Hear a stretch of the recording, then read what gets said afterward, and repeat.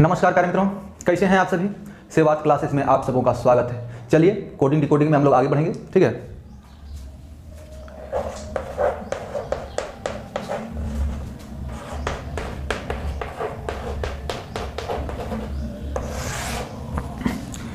पिछले क्लास में मैंने कहा था जहां से समाप्त हुआ है वहीं से चालू करेंगे, ठीक है। आपने इस चैनल को लाइक कर लिया हो, सब्सक्राइब कर लिया हो तो बढ़िया बात है, नहीं किया है तो करें। हमें थोड़ी सी निराशा तो होती है जब आप सब्सक्राइब नहीं करते हैं, लाइक नहीं करते हैं, कमेंट नहीं करते हैं, फिर भी कोई बात नहीं, हमको अपना काम करना है, आपकी इच्छा। पिछले दिन हमने आपको क्वेश्चन दिया था बनाने के लिए, AL = 12 होता है, MAT = 260, तो POT = वाट निकालना है, ठीक है।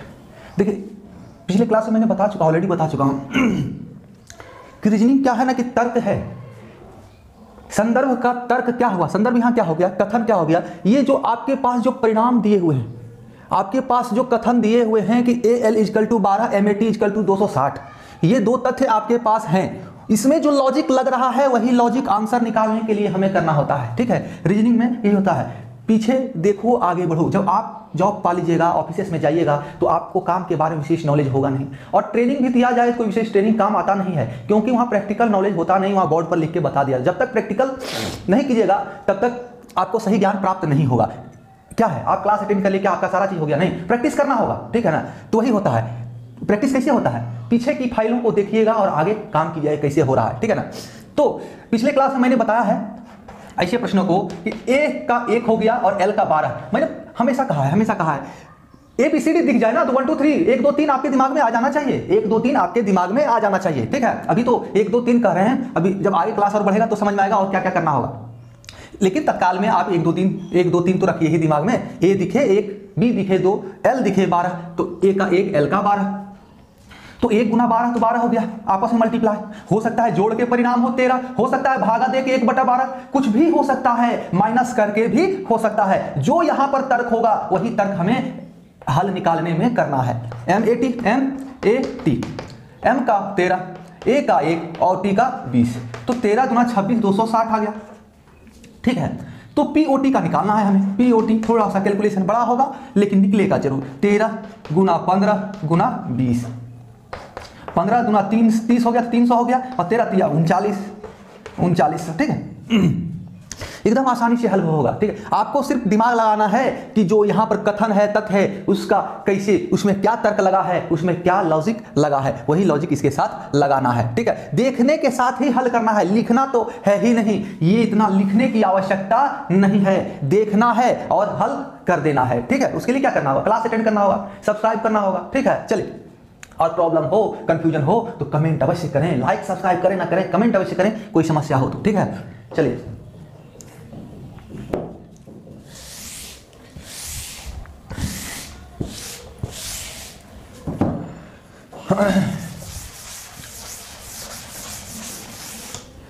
एग्जामिनर बहुत होशियार होता है, एग्जामिनर जो है बहुत होशियार होता है, तभी तो वो एग्जामिनर बना है, आपको एग्जामिन करने के लिए आया हुआ है।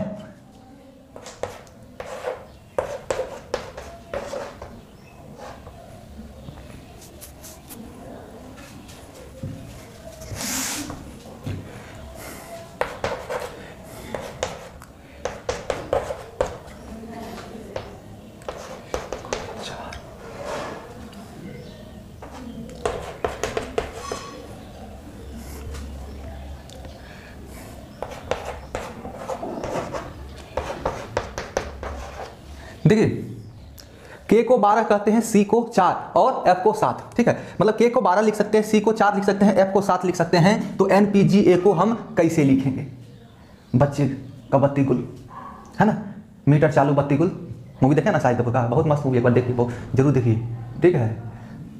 मीटर चालू रहता है, उसमें एक छोटा सा जो बत्ती होता है ना, भुक जो करता है, जिसका कि बिजली बिल में कोई काउंटिंग नहीं करता है लोग कि उससे क्या उठेगा, वही जो है एक राज्य में करोड़ों का फायदा करवाता है सभी बिजली विभाग को, ठीक है, वहाँ लोकल बिजली विभाग जो है, तो वही यहाँ पर है।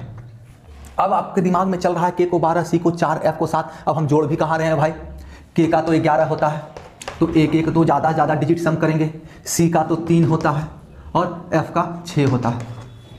बच्चे कन्फ्यूज एकदम से शॉर्ट हो गया, फ्यूज हो गया बल्ब उनका दिमाग का, ठीक है। तो NPGA को हम कैसे करेंगे? देखिए एक जरा सा भी कंफ्यूज नहीं होना है आपको। इतना तो दिख रहा है के को क्या कहते हैं? के को 11 कहते हैं, सी को 3 कहते हैं और एफ को 6 कहते हैं। ये दिख रहा है कि नहीं दिख रहा है? एकदम से बताइए, एकदम दिख रहा है कि आपके आया आपके दिमाग में 11 होना चाहिए, सी आया आपके दिमाग में 3 होना चाहिए, एफ आया आपके दिमाग में 6 होना चाहिए। जब आपको ये सारी चीजें आपके दिमाग में हैं तो आपको ये नहीं दिख रहा है +1 +1 +1। यही तो एग्जामिनर्स का जो है दिमाग है, वो आपके अंदर जो है तर्क लेने की क्षमता क्या है उसको परीक्षण करता है ना। तो इसमें कंफ्यूजन होना ही नहीं होना है, एकदम से कंफ्यूज नहीं करना है आपको। जब के को 12 कहते हैं यानी +1, सी को +1 4, एफ को +1 7, ठीक है। तो वही हमको यहाँ NPGA के साथ करना है। एन का क्या होता है? 14 होता है जिसको 15 लिख देना है, पी का 16 होता है जिसको 17 लिख देना है, जी का 7 होता है जिसको 8 लिख देना है, ए का 1 होता है तो इसको हमें 2 लिख देना है। यही हमारा आंसर हो जाएगा, यही हमारा हल हो जाएगा। कोई दिक्कत हो तो जरूर बताएं, ठीक है। चलिए देखिए, तो नहीं कोई दिक्कत नहीं होना चाहिए। चलिए आगे बढ़ते हैं।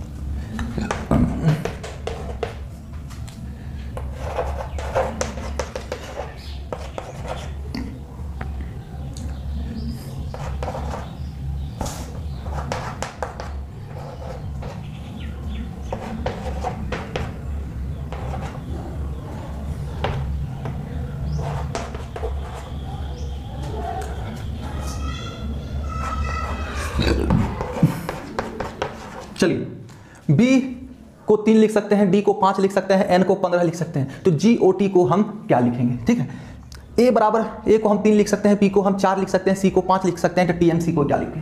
अब तृणमूल कांग्रेस मत लिख दीजिएगा, ठीक है ना, बहुत मारेगी दीदी।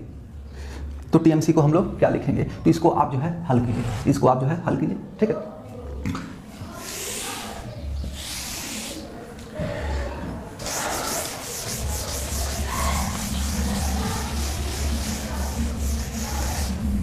क्या है ना कि हर एक पैटर्न से आपको अवगत कराऊंगा, हर एक पैटर्न, एक भी पैटर्न छूटना नहीं चाहिए, ठीक है।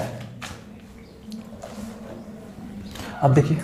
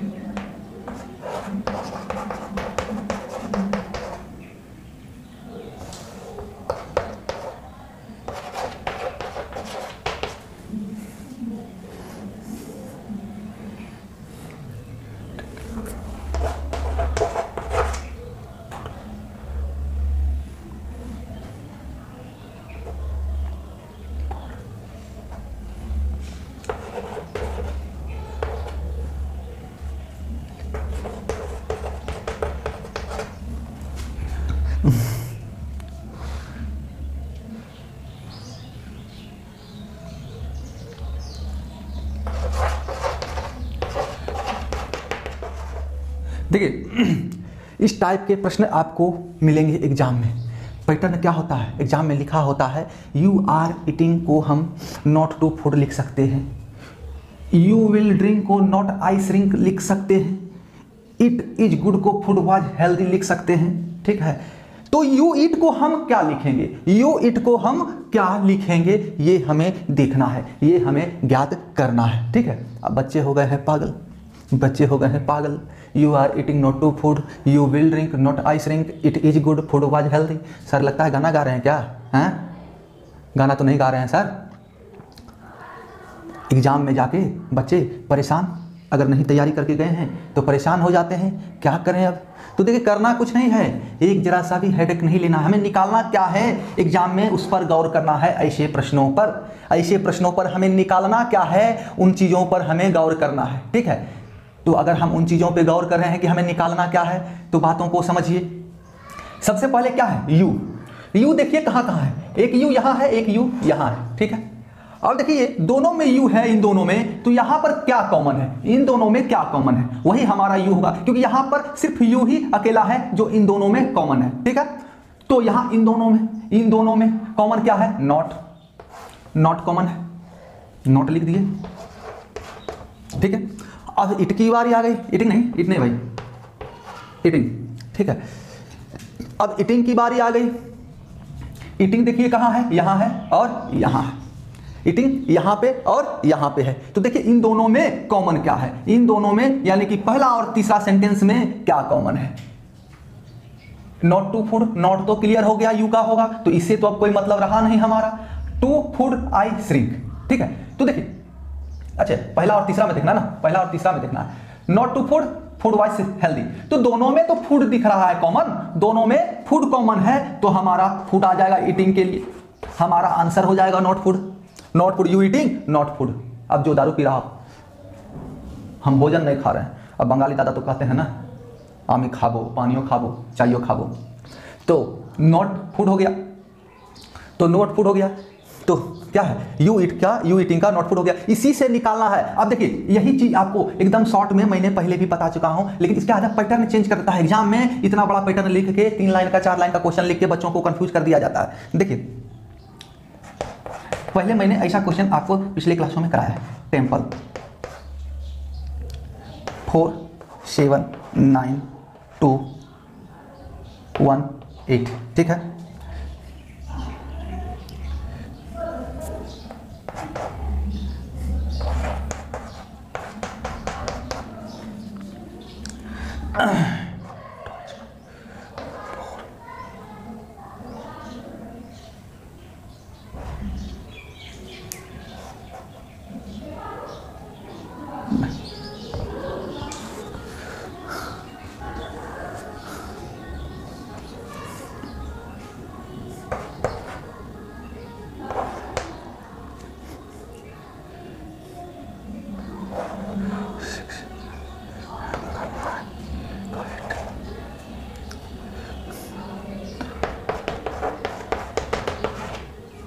देखिए टेम्पल को 479218 लिख सकते हैं, टॉम को 4698 लिख सकते हैं, तो टॉल को कैसे लिखेंगे, टॉल को कैसे लिखेंगे, ऐसा प्रश्न करवाया ना मैंने।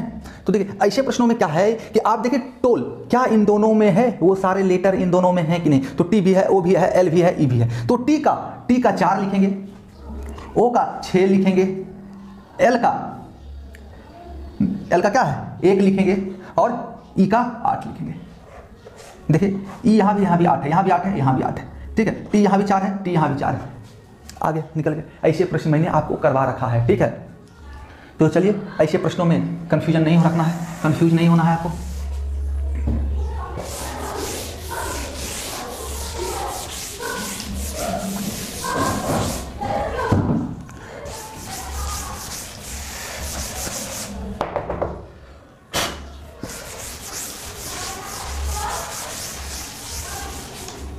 चलो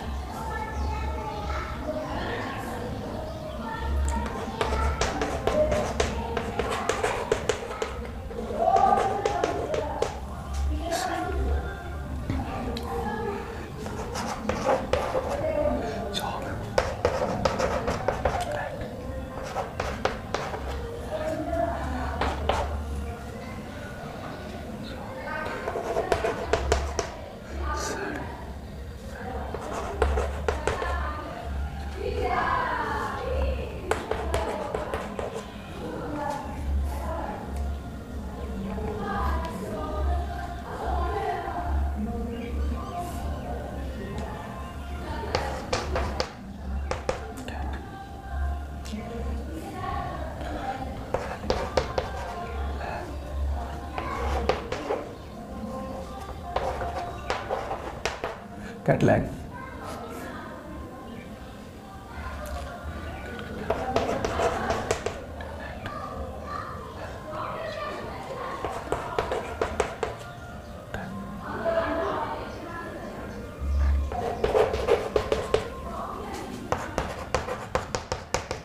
चलिए देखिए, कैट रैट मैट को जैट नेट सेट कहते हैं, ठीक है। डॉग जॉग लॉर्ड को मैड नेड सेट कहते हैं, लिख सकते हैं, ठीक है, कहते हैं या लिख सकते हैं। जॉग रैट लैग को सेट जेट टैट लिख सकते हैं, ठीक है। तो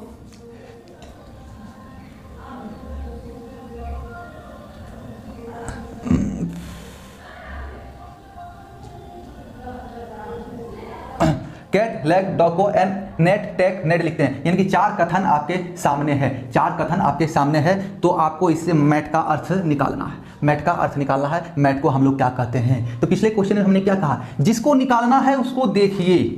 तो आपने देखा मैट कहीं मिला, यहाँ भी मैट नहीं, मैट नहीं, मैट नहीं, कहीं नहीं मिला। बच्चे कंफ्यूज, बच्चे कंफ्यूज, एक चीज को जान के अगर बैठ जाएगा तो कंफ्यूज हो जाएगा, ठीक है। केवल उसी चीज को नहीं जानना है, तो हमें मैट निकालना है और मैट कहीं भी नहीं है, तो मैट हमें पता नहीं चलेगा। तो क्या करेंगे भाई, हमको आंसर निकालने के लिए अगर आंसर डायरेक्ट ना मिले तो इनडायरेक्ट खोजना है, ऑड मैन आउट कर देना भाई। तो इसमें तीन अक्षर, तीन वर्ड है, तीन वर्ड में हमें एक वर्ड का निकालना है, तो इन दो वर्ड्स को हम बाहर कर देंगे। तो आप देखिए कैट और रैट, इन तीनों में, इन तीनों कोड्स का कहां समानता है।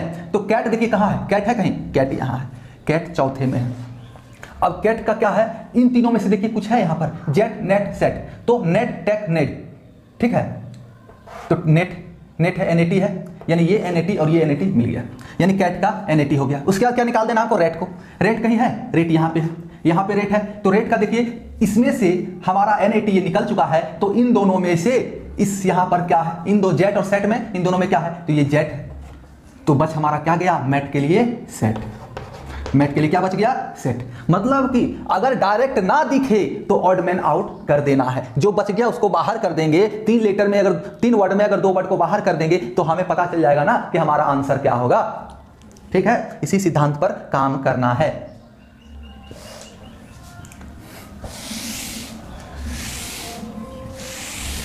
देखिए क्वेश्चन जो है आप कहीं से भी उठाइए, कहीं से भी, किसी भी बुक से आप उठा लीजिए, ठीक है।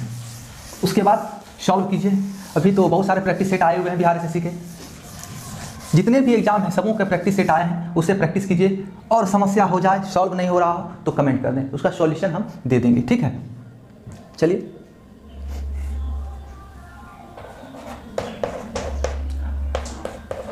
देखिए हम इस फॉर्म में लिख रहे हैं, ठीक है। क्वेश्चन तो तैयार रहता नहीं है ना, डिजिटल बोर्ड है नहीं कि क्लिक किया और क्वेश्चन आ गया, ठीक है ना। तो बराबर लिखते हैं, कितना लंबा, पानी, हवा को पानी कहते हैं, पानी को आग कहते हैं, ठीक है। तो उससे अच्छा है हवा इजकल टू पानी लिख दिया, पानी इजकल टू आग लिख दिया, ठीक है। आग इजकल टू सूर्य लिख दिया, सूर्य इजकल टू चंद्रमा लिख दिया, ठीक है। वास्तविकता से कोई मतलब नहीं होता है रीजनिंग में, ठीक है। जब तक नहीं कहा जाए कि वास्तविक अर्थों को आप निकालें, तब तक आपको वास्तविकता के साथ जाना ही नहीं है, ठीक है। तो देखिए, तो क्या कहेगा भाई,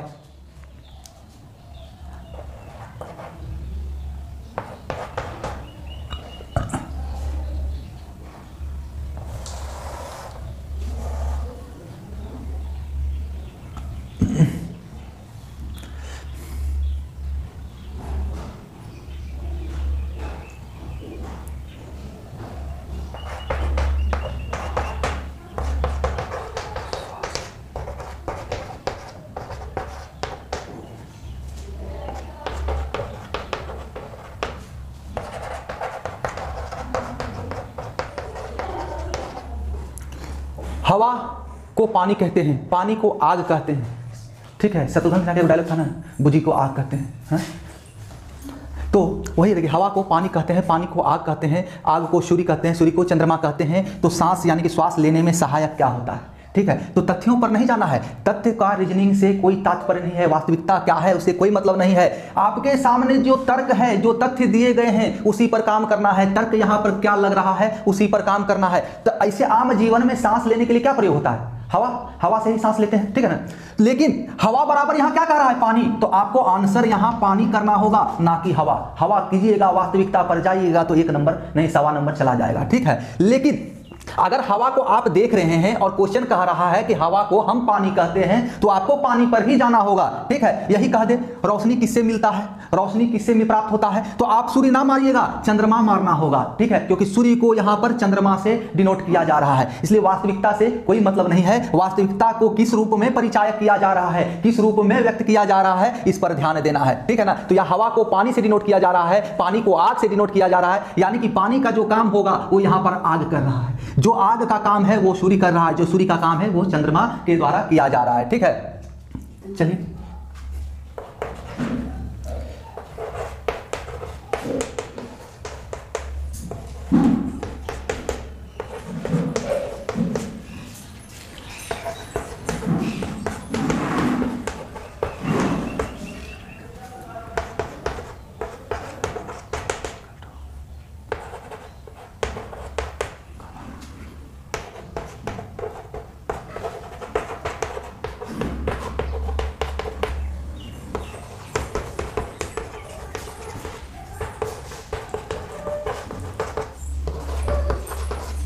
देखिए, लाल को हरा कहते हैं, हरा को नीला कहते हैं, नीला को सफ़ेद कहते हैं, सफ़ेद को काला कहते हैं। तो पेड़ की पत्तियां किस कलर की होती है, पेड़ के जो पत्ते होते हैं वो किस कलर के होते हैं। तो आप तो देखिए, पेड़ के पत्ते बहुत तरह के हो सकते हैं, ठीक है, पेड़ के पत्ते बहुत तरह के हो सकते हैं, लेकिन जो आपके सामने आम जन जीवन में आपको जो दिखते हैं उसी पर गौर करना है। कहीं भी किसी पेड़ का पत्ता किस कलर का होता है, हरा कलर का, ठीक है। तो हरा कलर मारना है, तो हरा तो हमें लिखना नहीं है, क्योंकि यहाँ पर हरा को नीला कहते हैं, तो हमारा आंसर हो जाएगा नीला। पेड़ के पत्ते को क्या कहते हैं, हरा कलर होता है, हरा कलर। लेकिन प्रश्न में क्या कह रहा है, जो तथ्य आपको दिए गए हैं, हरा को नीला कहते हैं, तो आपका आंसर हो जाएगा नीला। चलिए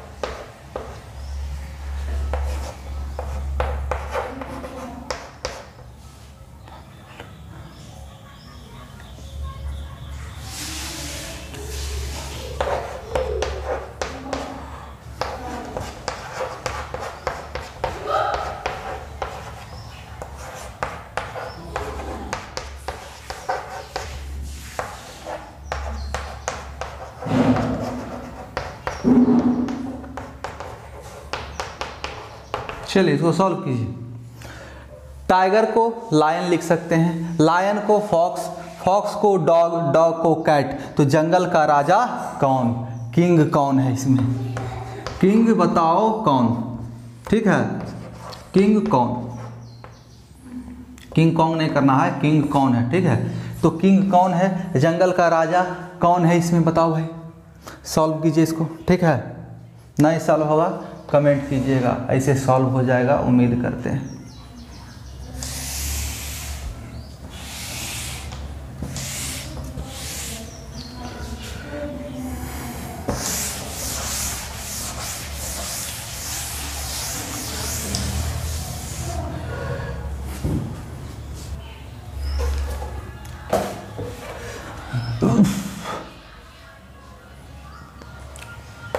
देखिए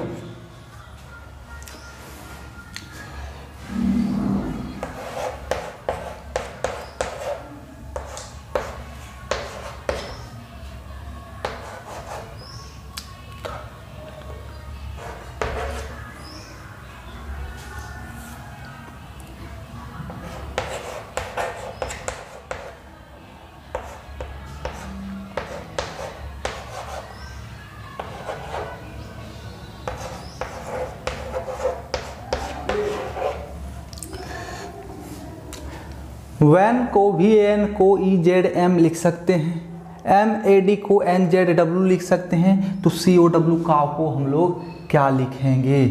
अब आपके दिमाग में क्या चल रहा है? N से एक ज़्यादा, A से एक कम, यहाँ तक तो ठीक है, लेकिन V से E का क्या रिलेशन? V से E का क्या रिलेशन? DW का क्या रिलेशन? MN का तो निकाल सकते हैं, लेकिन DW का क्या रिलेशन? ठीक है, तो आपको ये अब कंफ्यूज करना चालू करेगा कि अब इसमें हम क्या करेंगे, अब इसमें क्या करना होगा। तो देखिए, इसमें भी कंफ्यूज नहीं होना है। आपको ABCD तो याद किया है ना, ABCD तो आपने याद किया है।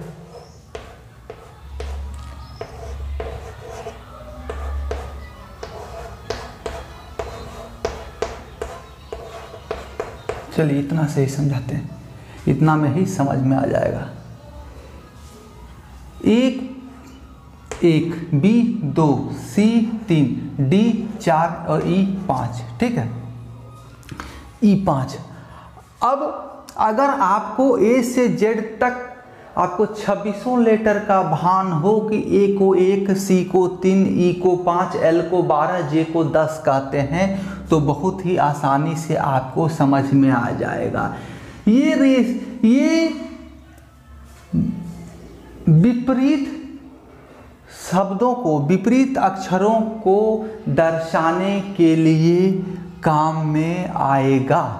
ये विपरीत एक दूसरे के विलोम से रिलेशन यानी कोरिलेट करने में काम आएगा।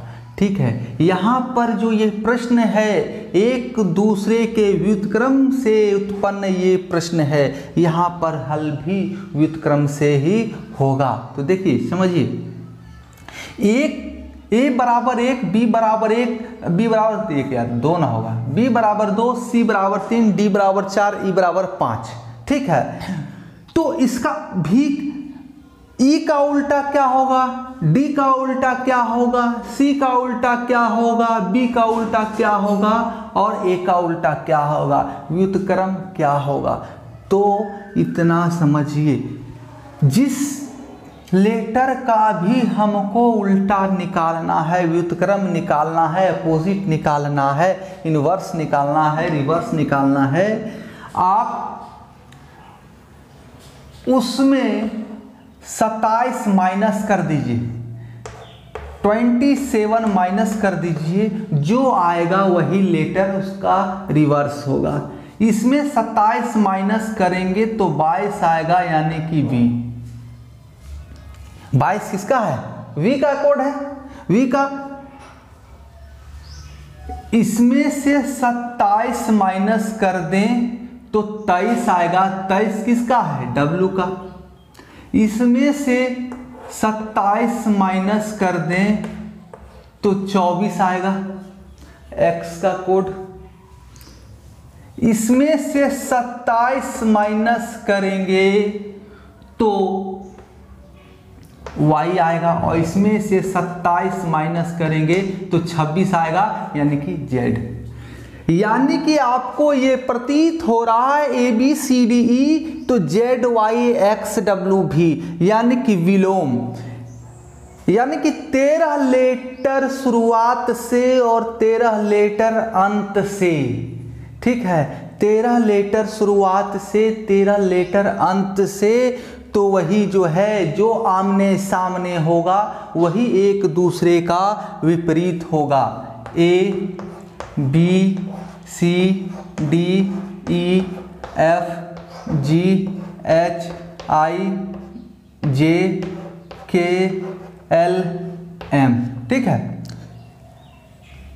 फिर यहाँ से चालू कीजिए लास्ट से, N O P Q R S T U V W X Y Z। यानी कि 13 लेटर शुरुआत से 13 लेटर अंत से, एक दूसरे के आमने सामने जो भी है वही एक दूसरे का अपोजिट है, वही एक दूसरे का अपोजिट है। तो इसको आसानी से हम कैसे याद रखेंगे? तो आप देखिए इन दोनों के लेटर्स के जो अंक हैं, जिस स्थान पर है स्थानीय मान है, उसको जोड़ दिया जाए तो क्या आता है? 1 और ये 26, 27, 2 और 25, 27, 3 और 24, 27। यानी कि जिस लेटर का विलोम निकालना है या तो उसमें -27 कर दीजिए वो लेटर, या उसमें जोड़िए कि जोड़ के कौन सा लेटर 27 पड़ रहा है वही उसका विलोम होगा। एक का ए है, एक का एक है, तो हमें इसका एकदम रिवर्स चाहिए, एकदम उल्टा जो लेटर है अल्फ़ाबेट है वो हमें चाहिए। तो हमें देखना होगा कि ए में ऐसा क्या जोड़ें कि 27 टोटल योग हो जाए उसका, ठीक है। तो ए में अगर 26 जोड़ेंगे, ए का एक है तो एक में 26 जोड़ेंगे तो वो 27 बनेगा। तो 26 के स्थान पर कौन सा लेटर है? जेड। अगर सी को लें तो सी का मान होता है, सी का स्थानीय जो मान होता है वो 3 है, वो तीसरे स्थान पर होता है। तो 3 में हम क्या जोड़ें कि 27 पूर जाए? तो 3 में हम 24 जोड़ेंगे, तो 24 के स्थान पर क्या होगा? x। तो x हमारा इसका रिवर्स हो जाएगा। यानी कि हर एक अल्फ़ाबेट्स का उसका उल्टा जो है 27 ऐड होके आना चाहिए, या तो फिर उस अल्फ़ाबेट्स के मान में 27 मान कर माइनस कर दीजिए, वही उसका रिवर्स कोड हो जाएगा, ठीक है। अब ऐसे आप दिल फेंक हैं, कोड याद करना है ऐसे LO ऐसे याद कर सकते हैं, वी लव, ठीक है। UF उफ या फू कुछ भी कर सकते हैं, ये सब कोड है। बाय बाय कर सकते हैं आप, बाय बाय। डाव जोन्स DW, ठीक है। GT रोड, ठीक है। सा एक मूवी आता सा, ऐसे भी कोई एक सीरियल था ना जी, सा कोई है, SHIR। जब जॉब में जाइएगा तो इंडस्ट्रियल लेबर के बारे में जानिएगा, IR रूल के बारे में जानिएगा, ठीक है। और जैक और क्वीन, J और Q गुलाम। अगर कार्ड आपने 3 कार्ड खेला होगा 29, 28, तो JQ के बारे में जानते होंगे, गुलाम और क्वीन, ठीक है। ऐसे याद रख लीजिए, जैक, क्वीन। और ये KP ठाकुर का अंग्रेजी का बुक आता है, KP ठाकुर, इससे आप याद रख लीजिए। और मन नहीं तेरा माने तो सैर सपाटा करा, उसके बाद तू बैठना पढ़ने को जल्दी भी क्या है, ठीक है। तो सब समझ में आ गया। यानी कि इसका निचोड़ यही है कि 27 को ध्यान में रखिए, आपको रिवर्स वैल्यू पता चल जाएगा। तो देखिए भी 22 है, इसका रिवर्स क्या है? 27। तो 22 और 5 27, मतलब टोटल क्या है? 27 है। रिवर्स और खुद, मतलब 2 लेटर, एक खुद एक उसका रिवर्स, दोनों मिलके 27 बनता है। जब 27 वो बनता है, यानी कि अगर एक लेटर हमारा भी 22 है तो दूसरा 5 होगा, तो 5 है। ए का जेड हो गया 1 और 26, तो N है 14 तो 13, M है N है, A है, Z है, D है, W है, D का 4 होता है 23, 27। देखिए आपके दिमाग में आएगा ना, अगर ऐसे दिख जाए तो तुरंत आपके, अगर प्रैक्टिस किए हुए रहिएगा तो तुरंत आपको समझ में आ जाएगा कि कैसे होगा, ठीक है। तो चलिए मिलते हैं अगले क्लास में, यहीं से शुरू करेंगे। अगर आपको समझ में आ गया हो तो इसका आंसर खुद निकाल लें, नहीं तो अगले क्लास में हम विस्तृत रूप से फिर बताएंगे, ठीक है। चलिए धन्यवाद।